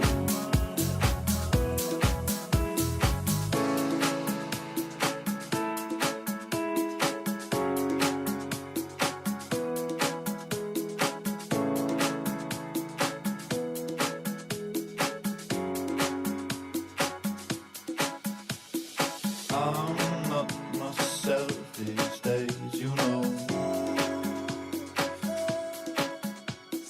Far better places I can go. Yeah, nothing's permanent, nothing is there to last. How much do I keep from you when our time has passed? Now just hold me fast and kind before I lose control, before I lose my mind.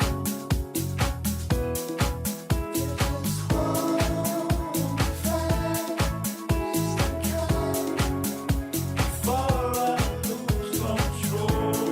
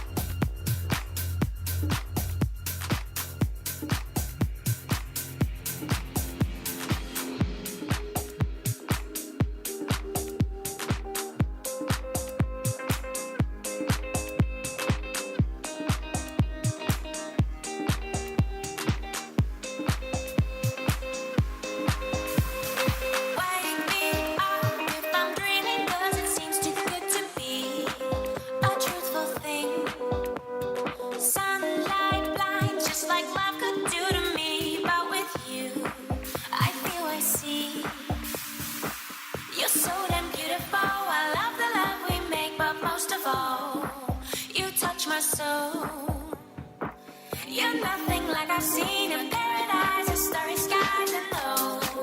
You make me whole. You touch my soul. You touch my soul. You touch my soul. You touch my soul.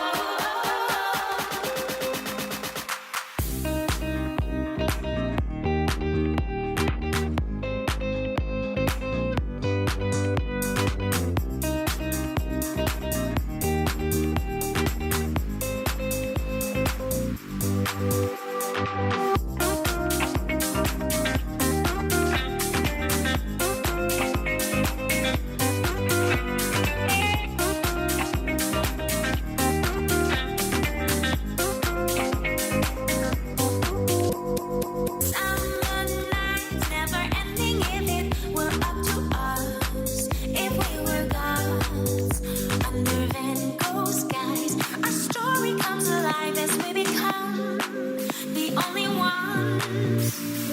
Carefully I tread along the riverbank, try to be as smart as I was raised to be. I weigh my choices, but you're so damn beautiful. I love the love we make, but most of all, you touch my soul.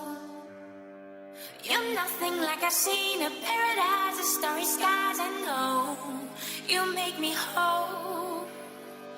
You're so damn beautiful. I love the love we make, but most of all, you touch my soul.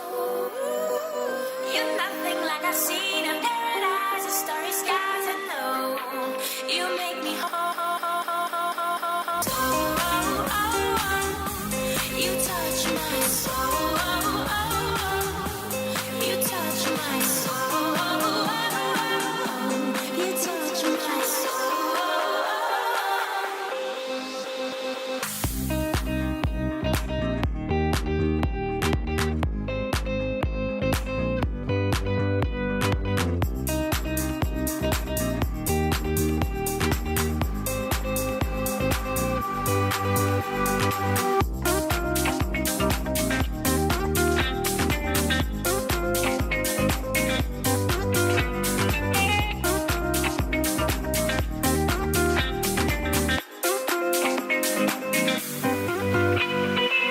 You're so damn beautiful. I love the love we make, but most of all, you touch my soul.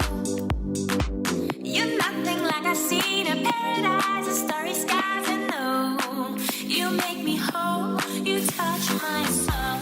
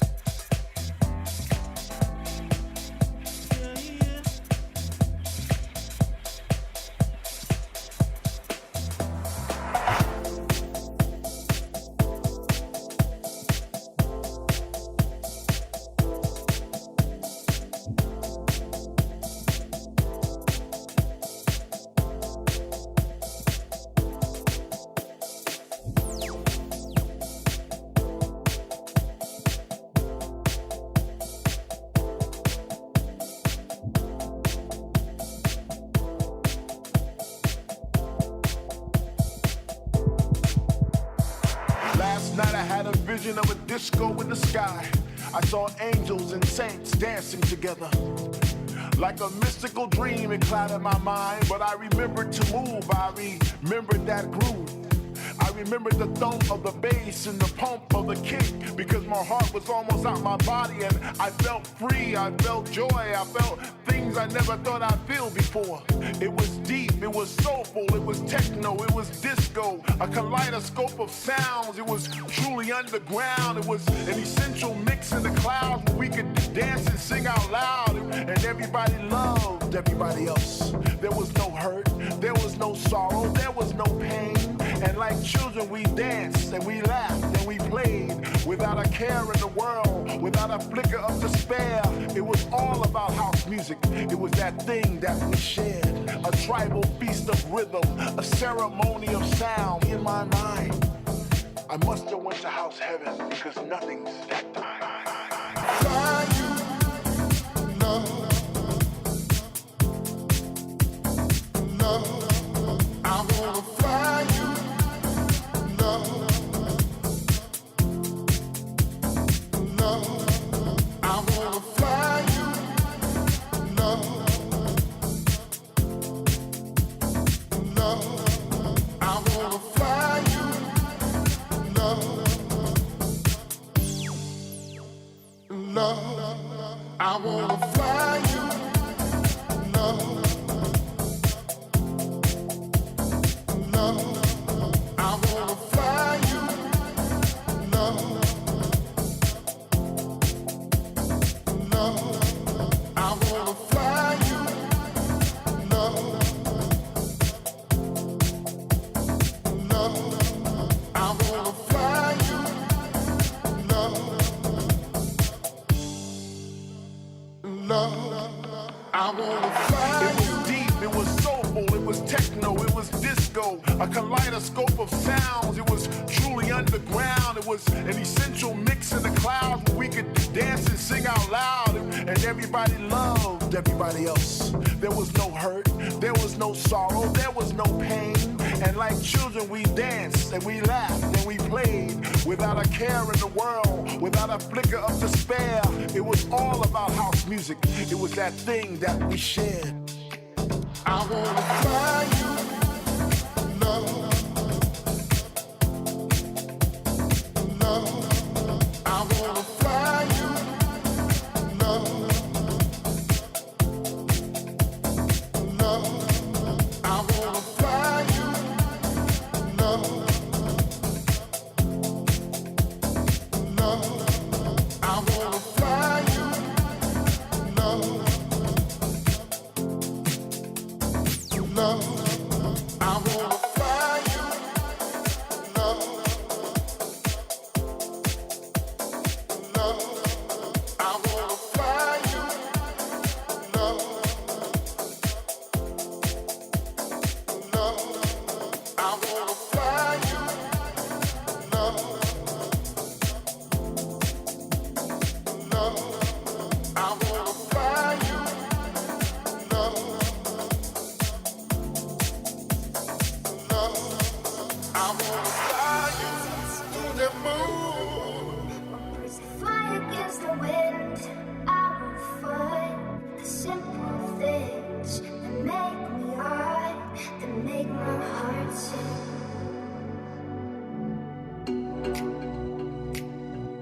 Simple things that make my heart sing. And I can't hold on to this feeling. I need new way to be happy.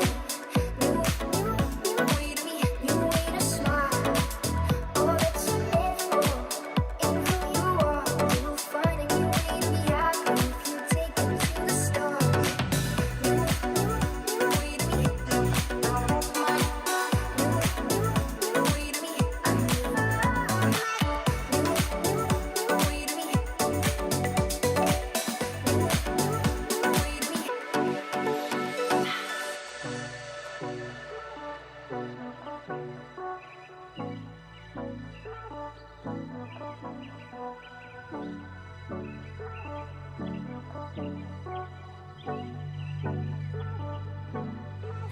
everything I've ever loved. Take all the sugar from my blood. Take the sun from the sky. Make the day and the stars.